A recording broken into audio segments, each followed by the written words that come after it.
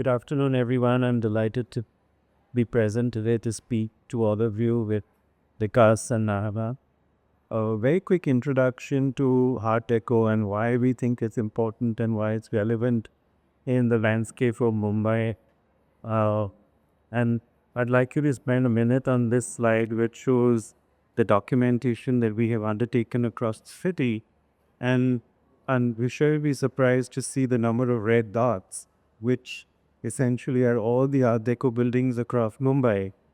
And if you look from south to north, you can see Kolaba precinct right at the bottom, and then going up all the way to Chembur and Goregaon in the north. You can also see two distinct patterns over here. There's a big red block at the bottom, which is South Mumbai. And then there's Central Mumbai, where you have Dadar, Prabhadevi, Matunga. And then as you go further north, it thins out, right? And that kind of corresponds with the historical development of the city. These zones are industrial zones, so they were not mapped and they don't have any Art Deco properties. Very quickly, there's this misnomer that all the Art Deco buildings are immediately overlooking Marine Drive, and South Mumbai is where all this resides. But when you look at this map, I'd like you to look at that table on the right. Again, it starts from South Bombay and then proceeds northwards as you go down, and the last property is Mulund. Look at number 17 and 18. You'll see Dadar has 198 buildings, and you'll see Matunga has 165 properties. And have a look at number 3, 4, and 5, right? That's typically the popular notion of where Art Deco is, Marine Drive, Churchgate, and the Oval. So when you have conversations with other people and then you look at the buildings in the neighborhoods where you live, please look around because there is Art Deco to be found everywhere. The reason why Art Deco resonates so well with the residents of the city is that Mumbai, unlike Delhi, is not a monument-centric building city.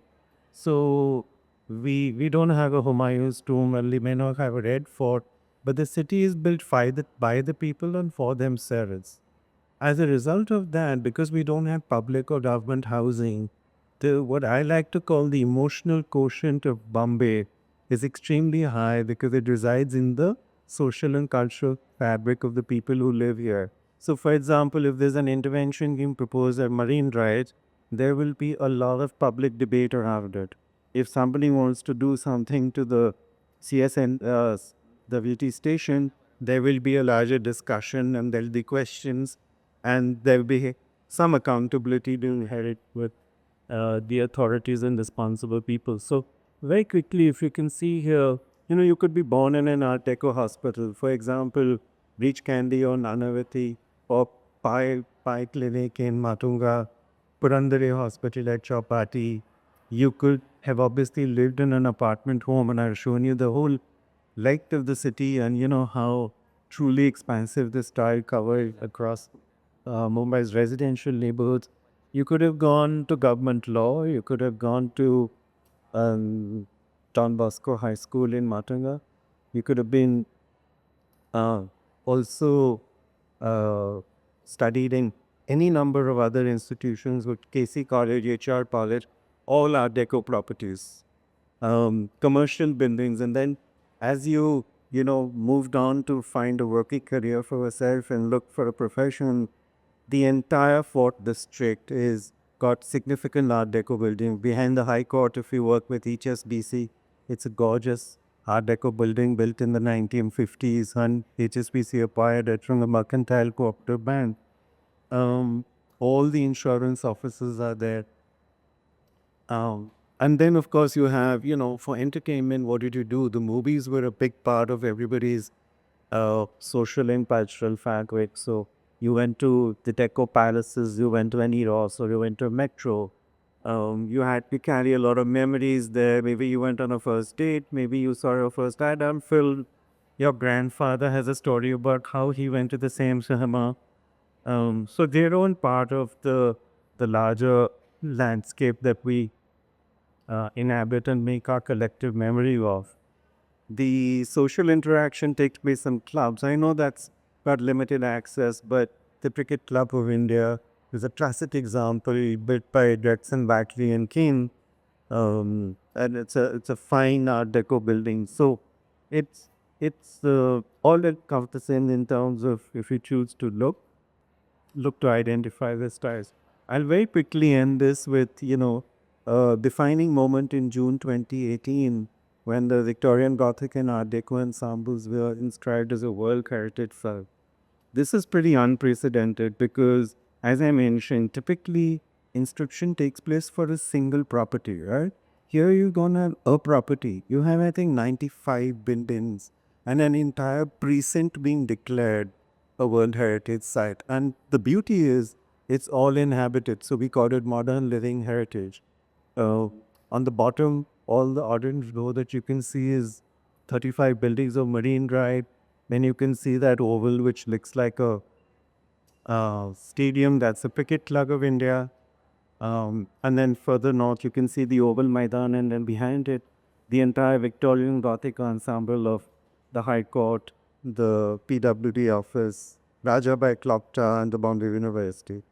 So I'll end with this introduction, and let me preempt one question. And a lot of times people ask, so which city in the world has the most Art Deco buildings, right? And there's a popular conception of one city in America. But I like to end with, we've documented Bombay. We have 1,523. We have a working panel with architectural drawings to support that. If your city has more, please stand up and be counted, and we've talked to present Broadway before. Yeah. So map showed one part of Mumbai, being the UNESCO heritage site. What about the rest of Mumbai? What makes Art Deco unique in Mumbai, and how can we preserve the legacy?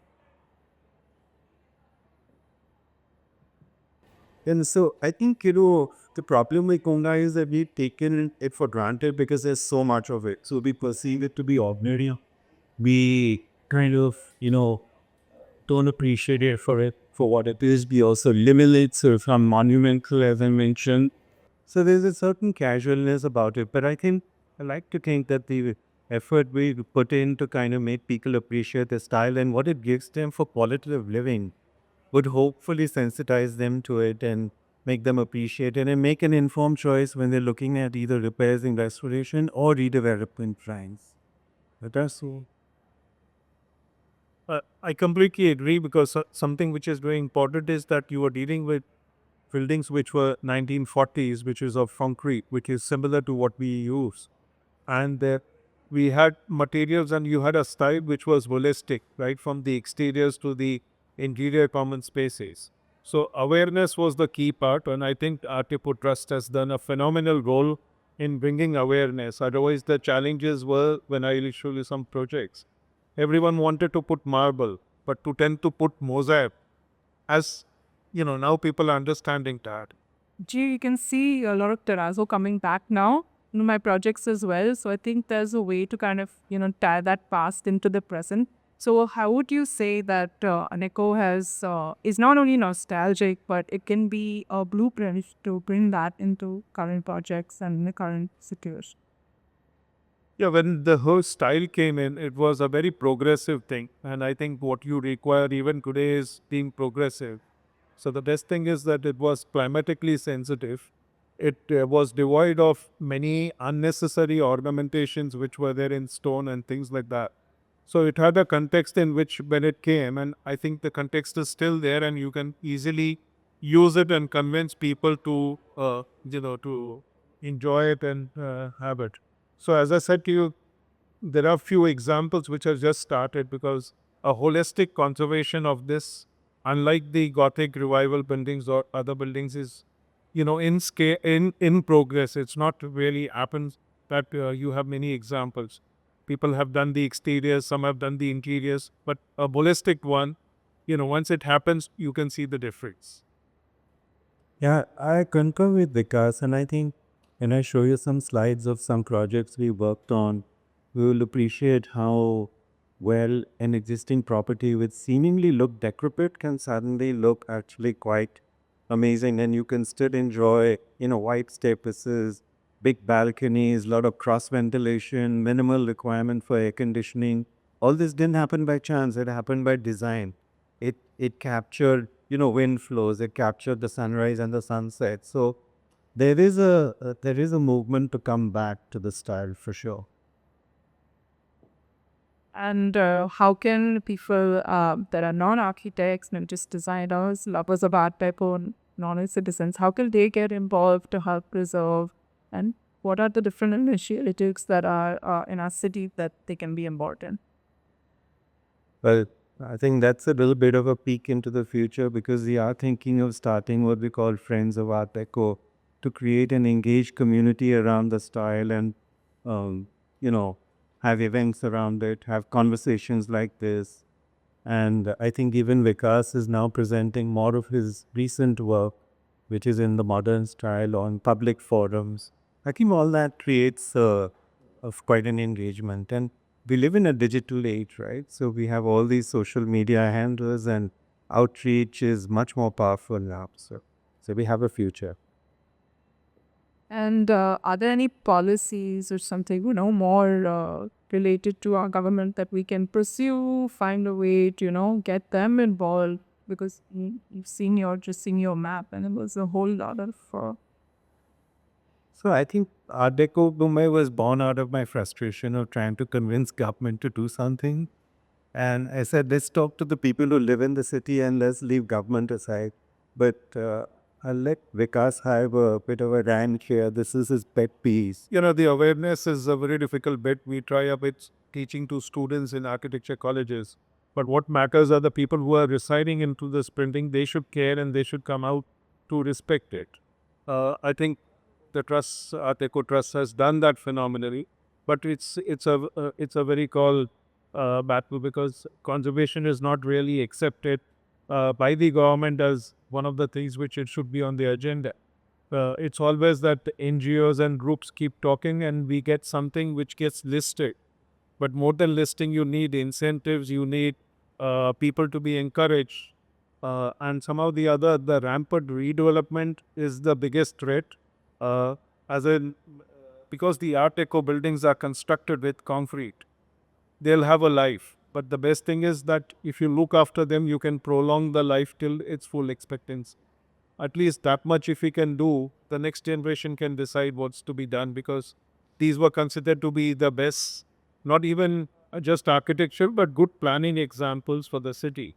It was a contribution when Marine Drive or Queen's Necklace came in. The very fact that it's in a World Heritage Site, it means that it is of an outstanding significance, not only to Mumbai or India, but to the world.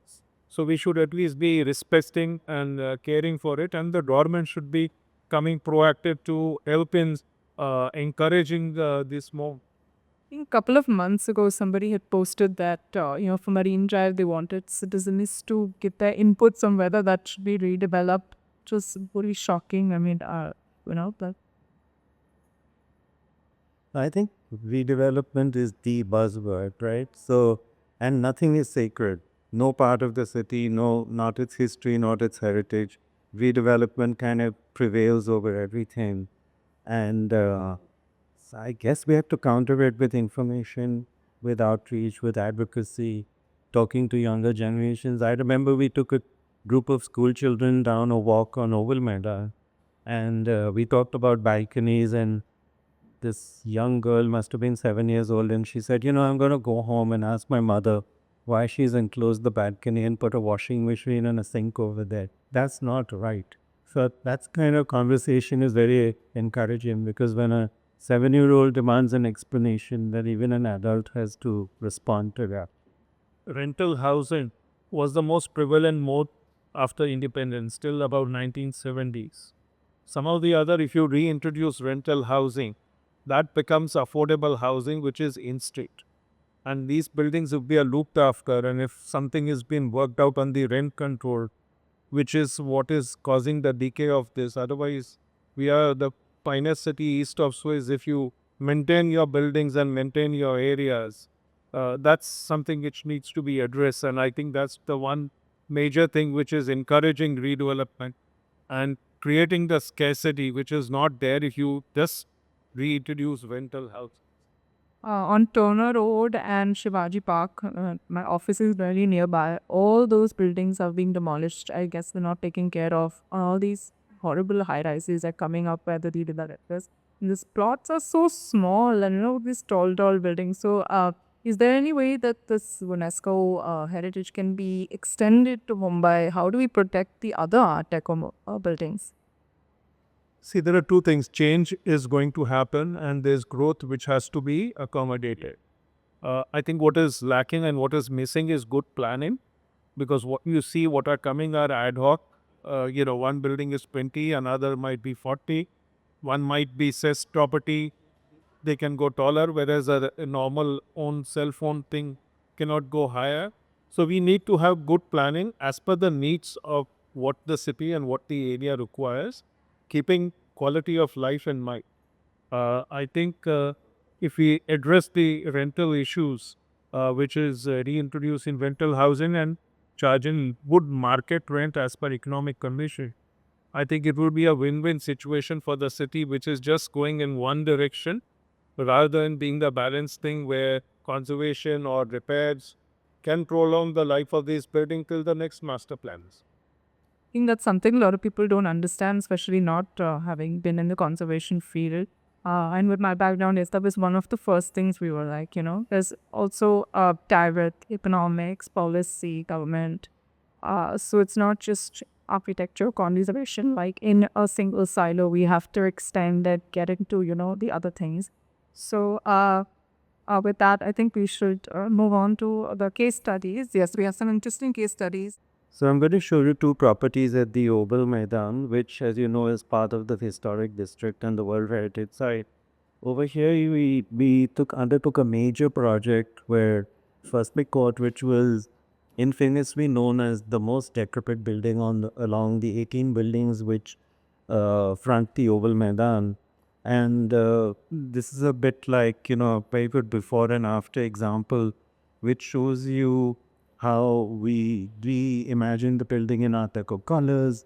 We used the dark green to create highlights. And we were very lucky because this building had never been repaired for almost 55 years. As a result, all the balconies, if you notice, they're all open and they're all original. They all have their balustrades. Essentially, the structural outward facade integrity was very high.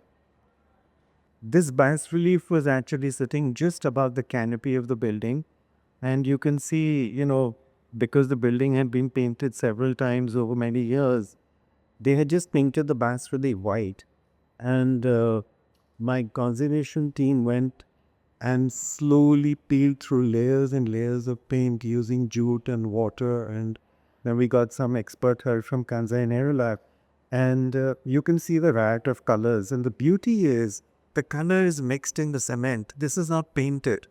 So it's a 3D bas relief, and it's in immaculate condition. That not a single thing has chipped or broken, and it's now celebrated with a lot of pride by the residents on the property. This is the interior of the lobby. So, I think even people in the design and the interior design space, architects have a responsibility when they evaluate the property to determine what actually needs to be repaired or restored. And if you see this, we haven't really done anything except clean, polish, bring the teakwood staircase to life, polish the cladding along the staircase, which is on a white marble.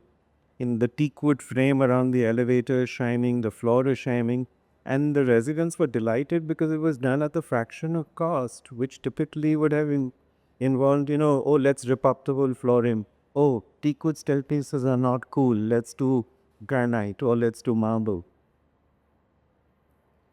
The building had an entrance gate, and on the left you can see the mishmash of the design in the lower half, and the top one-third is the original design. We created a new gate which mimics the old design, and you can see how there's a certain harmony in the new gate versus the old gate. I'd quickly show you Empress Court, which and maybe a lot of you are familiar with. It's also at the Oval. The signage on the left is the original, was the signage that was, I think, came up in the 1950s. And thereafter, there was a loss, and everybody removed the original silage, which you can see on the right. The beauty is that the owner decided that they would like to restore the original, and you can see how beautifully it's come out with also again using two-tone colors of paint for highlights. And here again, we didn't have to do any civil work because the building was already in such good condition. On the right, you can see the archival images that we found from 1935. And the owner saw these and he was immediately sanctioned a budget and said, you design it, you put the specs out, and you fabricate it, install it, and do the whole job for us, which we did. Here you can see how an ordinary compound wall can suddenly look so stunning with a little bit of plaster work and imaginatively using colors for highlights. And this, of course, is the building itself before and after. Atul has mentioned the work which was happening, and trust me, just to do small work, and when it is a building which is tenanted and which has multiple stakeholders, you can see the difficulties and the time which it takes. I'm going to talk about a project which is not in Mumbai, but it takes 20 years ago. This is the Padyala house, which used to be in Geradun in a lychee garden, and it was converted into the ONGC headquarters. To celebrate 50 years of ONGC, I was approached that they want a museum come in there. And, when I saw the building, you realize it's a very good Art Deco building, but it had so many accretions. And this was the rear facade. Everyone wanted a lift. They wanted to access. No one used the beautiful staircase. But when we started removing all these material, we found that's the original details which started about. Now, ONGC being ONGC, they wanted marble and they wanted the best of the material, and we were trying to convince them to use mosaic. Now, this is 20 years ago when the Art Deco awareness was not there. But I'm just bringing and showing it to you because it's now easy to convince people. Many a times, if you do the right colors and if you hide the air conditioners in a proper manner, a lot of change can happen. Now, they themselves were surprised to see the building being transformed like that. And the rear of the building, which overlooked the garden, they became more appealing than the front. Yeah, so these were some of the details which were completely hidden. And it was very easy to restore them because it's all in concrete and you still have the continuity with the technology. The important thing was to choose the right color scheme and to make it. So my job and my scope ended with restoring the building. Then the museum people came in. It is an oil museum now. And you can see this was the beautiful staircase which people didn't want to use when they wanted to use the lift. So now at least a good justice has happened to the building. Other details. Now, this is a building in Mumbai, not really Art Deco, but when it was built in 1938, it was considered to be modern. The difficulty of modern building is that it has reinforced cement, concrete, cantilever charges, and many a time you require to repair, restore, or reconstruct. So in this particular case, we had to reconstruct it because the concrete had lived its life. But it was a successful example and a very nice transformation. And the people who stayed there were very happy to see it being transformed like that. They didn't want to undergo redevelopment. So these are some before and after photographs. Very interesting roof, which you don't see, something like a Kerala roof projecting out by 5 feet. This is in Colaba, very close to Colaba Post Office. Yeah, then this is some recent project, which is a building in late 1950s, early 1960s.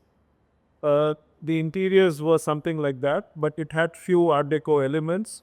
Mr. Wajibkar was the architect, Sorrento Apartments.